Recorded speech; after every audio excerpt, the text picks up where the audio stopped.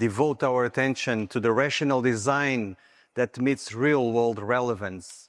And we will be touching upon a very interesting data that we have now about PEGylated. I would like also to thank Chiesi for this opportunity here to be present in this meeting and also to be a chair of this meeting.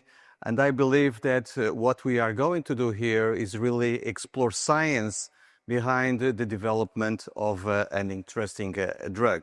As I said, I'm the chair. My name is João Gonçalves. I'm from the University of Lisbon. But also we'll have two more excellent speakers. And one of the speakers is Professor Derralynn Hughes from London, University College London, and also Dr. Eric Wallace from the University of Alabama at Birmingham. These are excellent speakers that will talk about not only about PEGylated in terms of the drug itself, but also what is the impact of the drug in the treatment of Fabry patients. About the disclaimers, this discussion will present data that will be related to the sponsor's product, PEGylated alpha, and all other products manufactured by any other pharmaceutical company will be discussed at the class level. Patient case studies are for medical discussion only and reflect panel experiences that represent typical clinical practice scenarios. So these are the learning objectives that we have for today. Four very simple but very interesting learning objectives. First, learn about scientific and strategic approaches that will be used and was used to design PEGylated enzyme replacement therapies. We need to understand the current data on antidrug antibody responses to PEGylated, including those directly just to the PEG moieties. We will be also devoting our attention to explore clinical trial outcomes and emerging real-world evidence on the tolerability of PEGylated alpha, one important point here to discuss around this question. Discussing also the long-term clinical integration and future perspectives on PEGylated enzyme replacement therapies in Fabry disease. Starting by my presentation, and my presentation is really on strategic approaches designing PEGylated enzyme replacement therapies. And PEGylation is not a trick. I believe that the main message here is that PEGylation is a design space. When you do PEGylation, you basically have a lot of variables. And these variables are very important for pharmacokinetics, for efficacy, for immunogenicity. So I will focus my attention on this presentation detailing what is important for PEGylated really to improve the outcomes of patients and really to improve the capacity of this drug to treat Fabry patients. What is important here really is to go around the protein and peptide-based biologics that are expanding, is an expanding class of therapeutics for these complex metabolic and rare conditions such as lysosomal diseases. And basically what we have here, it's still some limitation that still exist, even comparing to chemical drugs, but still exist and strategies that we need to overcome these. Basically, we have limitations such as on the native protein-based biologics that may include poor in vivo stability, short half-life, low bioavailability, and immunogenicity. So the question now, and the question that we always pose is that how can we really expand and improve the tolerability and also the capacity of the activity of this drug, but also to maintain the biological function of this drug and its efficacy. So what is important here is really coming to PEGylation. And when you come to PEGylation, we have to go a little bit back also, and to frame this a little bit more in terms of clinical framework. And the clinical framework is that clinicians live in a real world. And for the real world, basically what you have is multiple infusions, problems during the infusions, problems of immunogenicity. So when you try to develop these enzyme replacement therapies, what is important here is that you are not doing an abstract thing. You are really focusing on needs that the clinicians have and also the patients have. And here, PEGylation is an important step. Why PEGylation is important? Because it solves many of these real-world problems that patients have and also the clinicians have. So PEGylation really involves the conjugation of a molecule called polyethylenoglycol to the amino acid functional groups on the protein surfaces, creating like a large and heavy drug that really is capable then to be less filtered by the kidneys. And this is quite important here because this will then give all the conditions and the properties that we're going to be discussed in the other two talks. So the potential benefits for PEGylation, one of them is clearly the prolonged circulation half-life. So if you increase the molecular weight of this protein, what you are going to do is potentially less frequent administrations. You are decreasing also immunogenicity because these PEG stretches that I will show you in the next slides will mask certain epitopes that will be present then on this enzyme. But also we can improve absorption and bioavailability. This might have a great impact in terms of potential or for less frequent and subcutaneous administrations. Increased stability and shelf life is also an important point.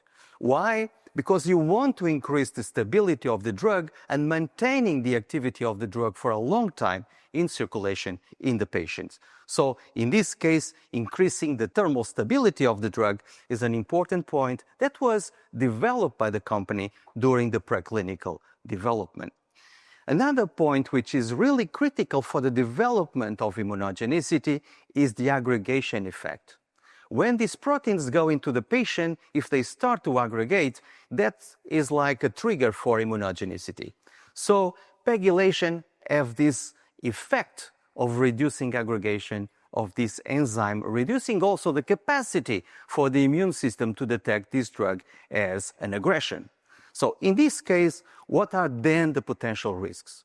Every drug has some risks associated. So what is important here is that the design space that I spoke at the beginning really goes to improve more the benefits than the risks. But then what is important here is that the risks are probably during the conjugation of this polyethylenoglycol, the PEG chains might cause conformational changes or might decrease the cellular uptake at cell entry, or even trying to understand if these are really critical points for the activity of the drug, then they should be solved initially during the design space that was provided by the company. In this case also, this was important because this was capable also to eliminate some of the epitopes that were recognized by the anti-drug antibodies. So this challenge really depends on several factors, and the rational design of PEGylation and the design that is improved to develop this type of drugs is really a point of interest. So one of the things that is most important is that when a drug, a PEGylated drug, when it performs well clinically, it's because basically they are well designed in these 3 points that I'll show you here. First is the site of PEG attachment. This is quite important to know exactly where I can control the sites that are going to be PEGylated. Second, the PEG structure. So the size it matters here. Probably a big size is not very important. What is important really is to cover the totality of the surface of the protein. And then we have the third point, which is the conjugation process, the quality involved in the conjugation process. And here the rational design on the PEG structure is what I've said before. The size matters. If it is too big, it's probably more immunogenic. It's probably have more hypersensitivity reactions than if it was a small fraction PEG. And here the molecular weight, the number of sites attached, and the impact is really important in this space. So this might affect the pharmacokinetics, might affect the distribution, the elimination pathways, because then if you have a large stretch of PEG, a PEG with more than 20 kilodaltons, what will happen is that there is a slower renal elimination, but also elimination or a change in types of elimination, for example, increasing the biliary excretion that you don't want. So it's very important here to create with this PEG structure really a potential for eliminating proteolytic degradation and reduce immune recognition. The conjugation process is another point, because the process must be well controlled. You cannot have a drug that really does not perform in the same conditions all the time. So it's very important really to focus on different and very specific conjugations that will not affect the efficacy of the drug. And the third point is the site of PEG attachment. Very important. Why? Because you don't want to make and to put PEG structures in the critical site of this enzyme. So you have to design again. So the word designing is very important here. You need to design exactly where there is these sites being conjugated with polyethylene glycol. But one important point here is also the fact that this drug uses a stretch of PEG that does not have hydrophobic ends at the end of the PEG. Why? Because when you have these ends at the end of these stretches of PEG, this will be like a trigger to develop anti-drug antibodies. So these three cases that I'm putting here is exactly the design space that is needed for developing an effective drug with less side effects. So here we come to Fabry disease and PEGylation in the landscape of Fabry disease. You know Fabry disease much more than I do. So, but Fabry disease is, as you know, an X-linked lysosomal disease caused by these pathogenic variants of GLA, which results really in this defective activity of alpha-galactosidase and systematic accumulation of GB3 and lyso-GB3. So what is important here is that you can really have a drug that for patients, regardless of the genotype, can be associated with immunogenic and ADA in some patients, and some of them really have these hypersensitivity reactions. So the design of PEGylated is really to answer these questions that is needed by the patients and are needed by the physicians in terms of effective therapy for Fabry disease. And here we come to the design and the final drug. And this is quite interesting here, because what you have in this PEGylation is not a large stretch of PEG. It's not a huge PEG that is binding to the drug. And that's something that becomes very immunogenic. No, it's a low molecular weight, 2 kilodaltons bifunctional PEG. What does it mean? It means that it is a PEG that can connect two subunits of agalsidase alpha. And this cross-link of these two enzymes is a very interesting point here, because it then increases the half-life of the drug in circulation. So PEG is using here as a bridge between these two subunits. Another point which is very important here is that there is this small size of PEG that is also covering the totality of the surface of the agalsidase alpha. And why this is important, we are asking now, is because we need to cover the most epitopes as we need from this drug. And the third is that it prolongs the circulation and the half-life approximately 80 hours. So what you're going to have with PEGylated is two subunits linked by PEG and covered by small stretches of PEG that are covering the epitopes. So this is very important here. But one of the things now that we need to ask is about the enzymatic activity. So this is very interesting, but the enzymatic activity is the same or not when it is PEGylated. So simple PEGylation by itself, if it was just one stretch of PEG, this probably was not sufficient to improve enzyme stability. Stabilization of this homodimeric enzyme is much more efficient. So in this case, what was done was the covalent attachment of different sizes of PEG and try to devoid this drug with a PEG that could be improving the activity of the drug. So the results really show that And as you can see here in plasma and also in the lysosome, because you want to have activity of this enzyme both in circulation and inside the cell. So when you look at this red line, which is PEG with 2 kD, you basically see that the stability is the most appropriate one.